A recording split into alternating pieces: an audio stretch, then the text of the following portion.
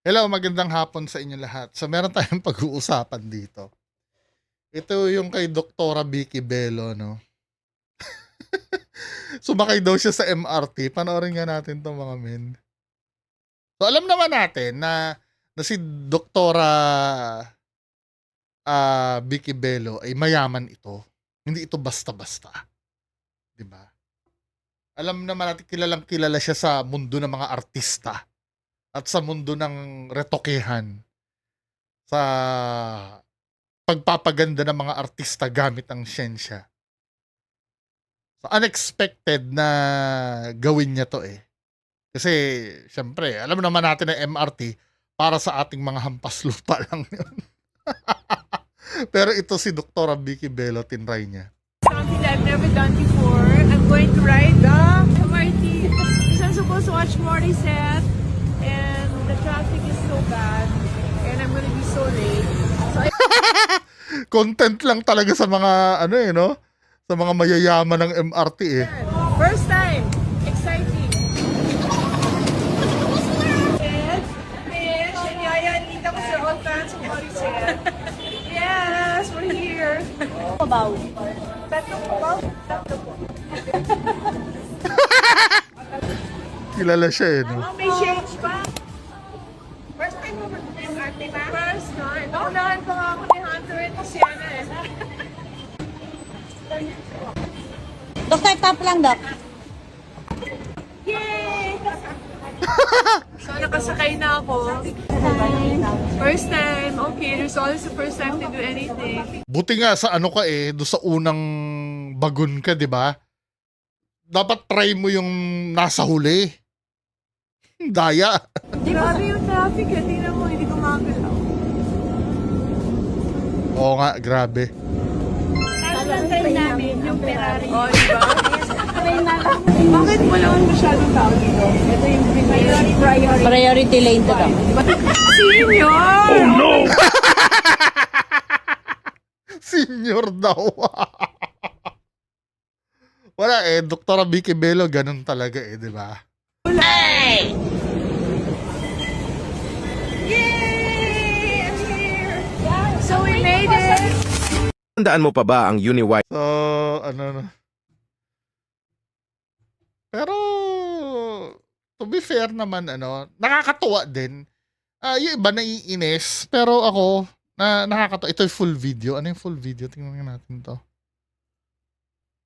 Meeting, one of the best meetings in the world, and we're discovering so many things. It's like Disneyland. Sila pa rin ni Hayden ko, no? Sa kabila ng lahat.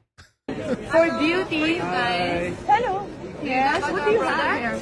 No, not yet. Not yet. Oh, where are you from? Philippines. Oh my goodness. Oh, very good. Why do you speak Tagalog? Can I show you the product, please? What? Oh, tingnan natin ang may bagong designs. Okay. And what is it? Here. Okay. Hindi nakilala si Vicky Bello. Hindi nakilala. Eh, malamang foreigner yata. Itong foreigner ba yung babae? O Filipina? Yes, please. What is it? Also, special from the Philippines to see the show. At foreigner naman, understandable naman yan. Hindi naman sa lahat ng oras eh makikilala si Doktora Vicky Bello. So you are looking for new products. What is this? X. I have no idea what an X is. Baka pa genitals again. Beautification ng... Hayden ko talaga manyakis eh, no? Basta tayo mata ni Hayden ko nandito na dito sa babae. Ito X01. Oh, This yeah. is a zero gravity. It's a medical device that developed by NASA, and it works on a red light therapy. It's LED and infrared. Okay, Combination of both. It can go very deep underneath your skin and help to activate collagen, renewing cells during the skin. So what I show you now, it actually can do a really good effect for Oh, you know how? You watch. Yeah. Yes. LED? Actually, I like LED. Ang tinitingnan ni Hayden ko yung babae.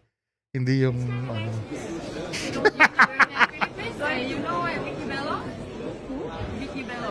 Vicky Bello, yes. Yes, you know, I heard a lot of people that sell this machine. She used this machine already. Sabi ko, do you know Vicky Bello? She used this machine already. In her clinic, yes. Budol. Very famous in the Philippines. She has many clinics and she uses our product as well. Oh, okay. How do you know that? Actually, I heard from people from London and stuff like this, and many Philippines. She's very famous there. Oh, okay. Because we have many Philippine customers from Manila, from Cebu, from Europe and over. And she uses this, okay. Yes, she uses herself.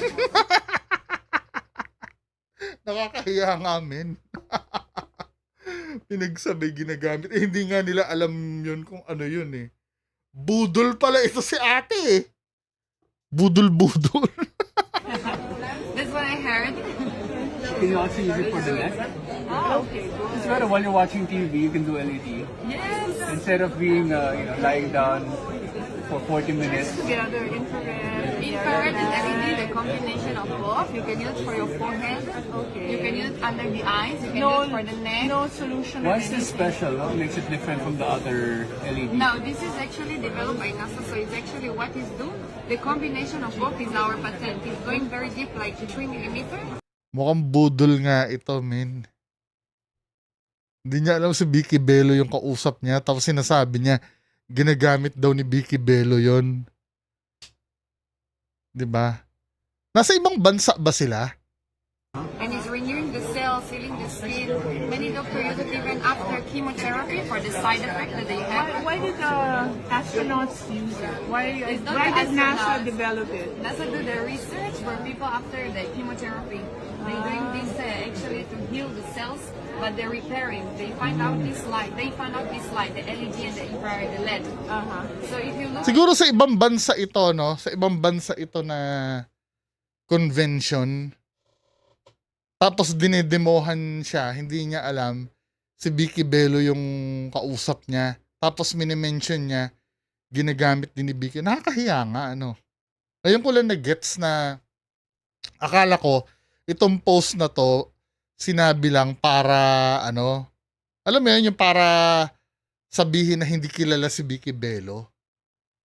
Pero yung sinabi pala na, ano, ginagamit ni on our website, we have the research there on the NASA. And you can You know what we'll do? We'll go to the Philippines, we'll go to Bello and look for Vicky Bello and ask her about the procedure. yes, of course. That's Vicky Bello. Yes, silo. Nakakahiya, yun na nakakahiya, budol. My name is Victoria. So according to them, I'm using the device. Actually, in London, I'm supposed to be famous. When you walk the street around, they say, "Are you Filipino? You know Dr. Vicky." Many now. Nakakahiya. Shit, ayoko na ituloy. Yung link nito, ilalagay ko lang sa comment section, ha. Pag mga ganyan, hindi ko kayang panoorin yung mga napapahiya na ganyan. Budol. Budol si ate, budol. Ko, sobrang budol.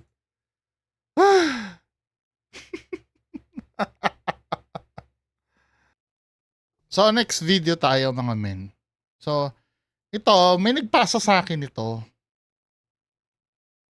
Dito sa Bandera Inquirer.net.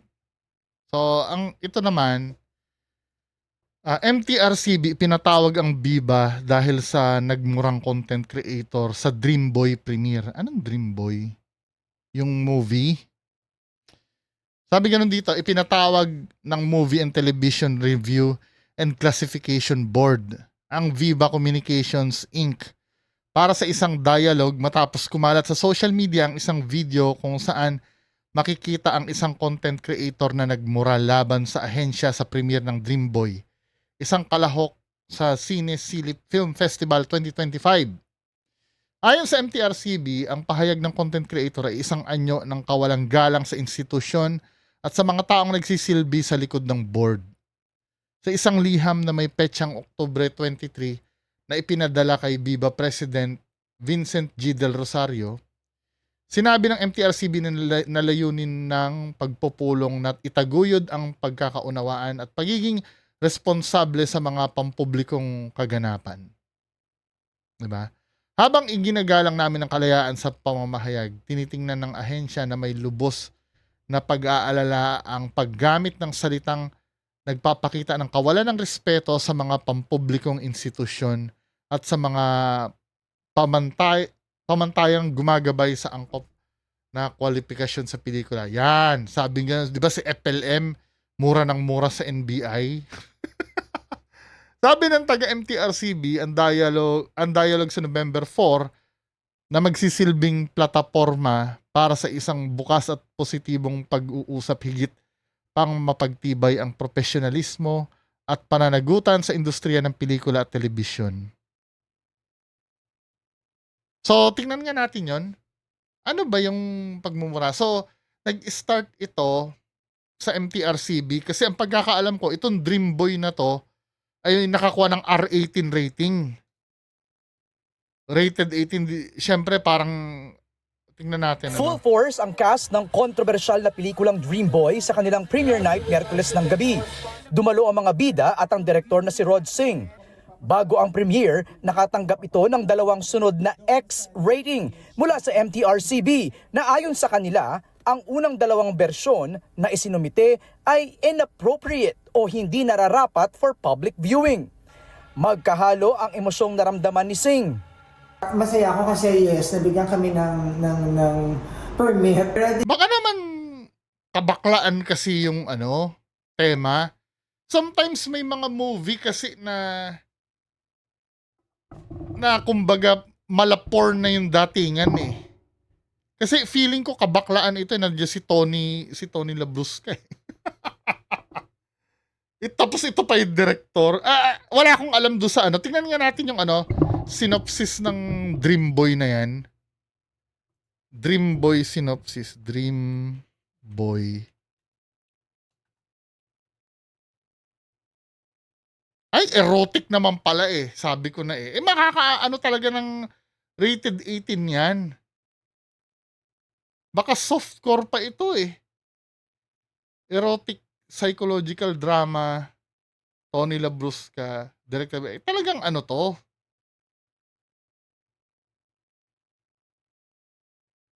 A transwoman resorts to audio porn, di ba? In a bid to feel something again until she develops an obsession after secretly eavesdropping a stranger having sex in bed.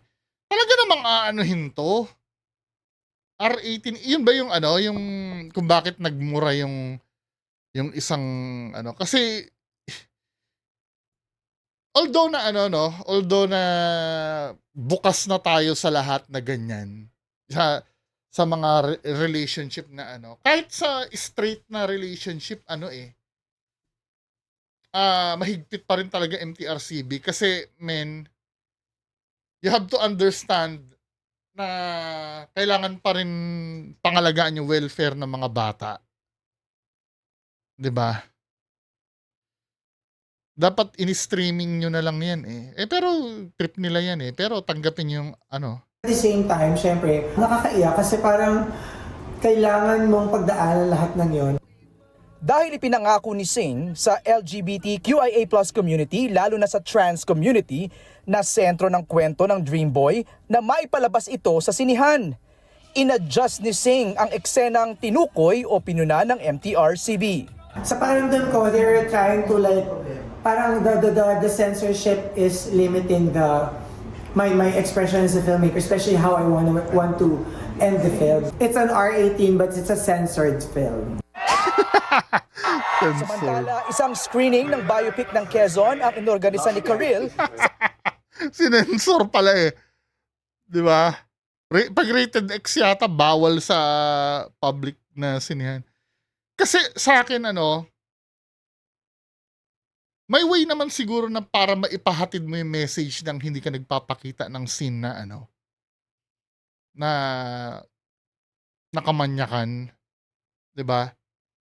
May mga way na pwedeng gawin eh.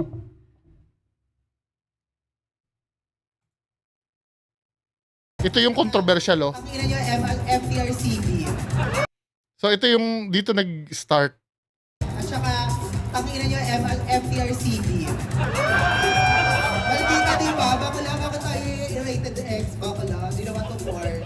Hindi naman ako naglabas ng nota dito. Ay, Kahit na hindi ano yun eh, hindi sapat yun eh. Basta makapagbigay ka ng isipin sa sa audience ng isang bagay na 'di ba? Kahit nga audio lang na pwedeng i-consider na porn yun eh. Kasi sometimes pwede naman gumawa ng eksena na hindi kailangan na maging malaswa eh. Tsaka huwag kayo maging entitled Marami na ring mga movie kahit yung mga pang-straight ang nagiging nagiging rated X din. Noon pa, hindi lang kayo. Baka mamaya maging issue na naman ito ng pagiging nyo pagiging LGBTQ nyo 'di ba? Hindi ito about doon. Ano kaya ang gagawin ni Sasa? Ay, Sasa, photo op daw muna.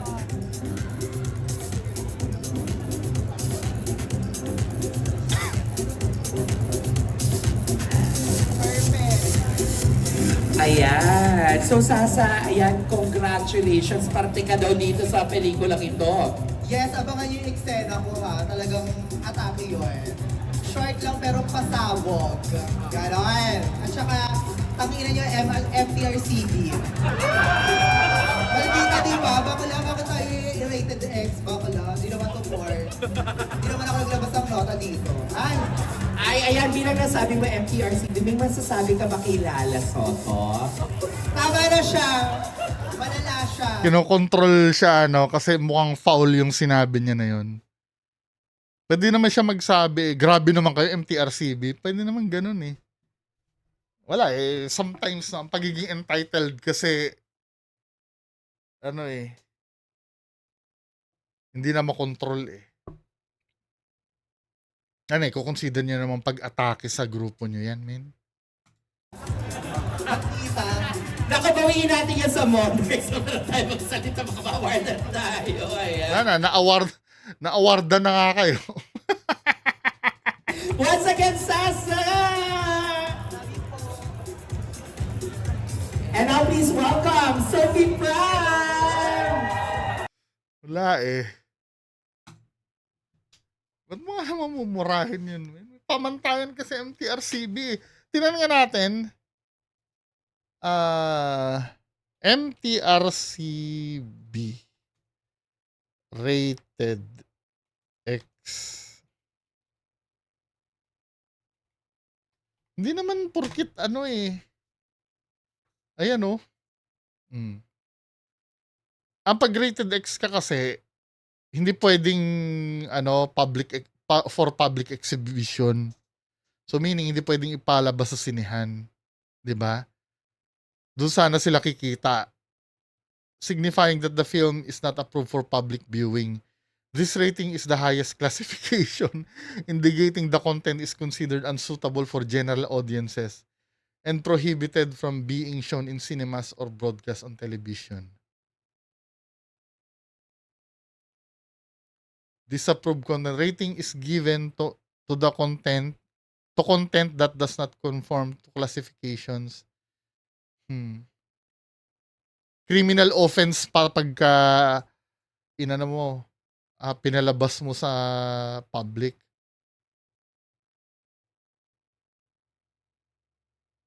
Hanggang lang siya, hanggang film festival showings lang siya. 'Di ba? Hindi lang porn ang ang binibigyan ng na rated X eh. Pati yung katulad niyan, merong political documentary dati na na binigyan din ng ganyan eh. Tingnan nga natin yung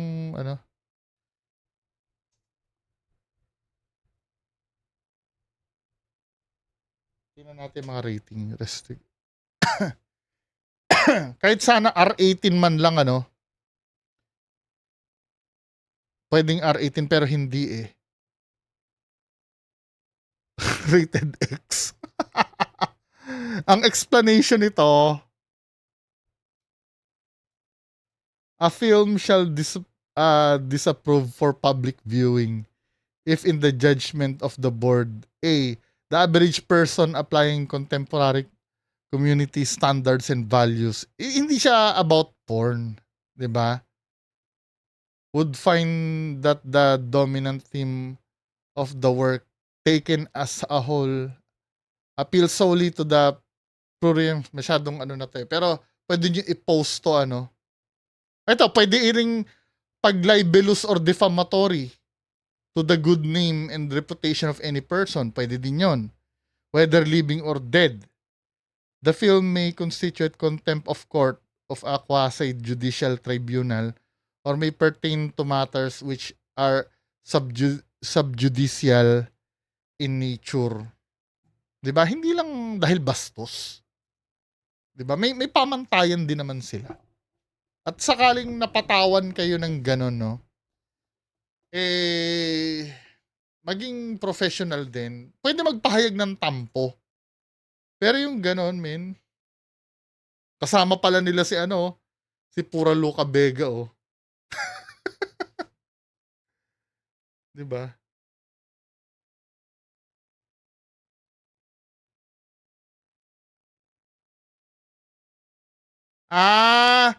Nakakuha na pala sila ng ng R-rate 18 eh.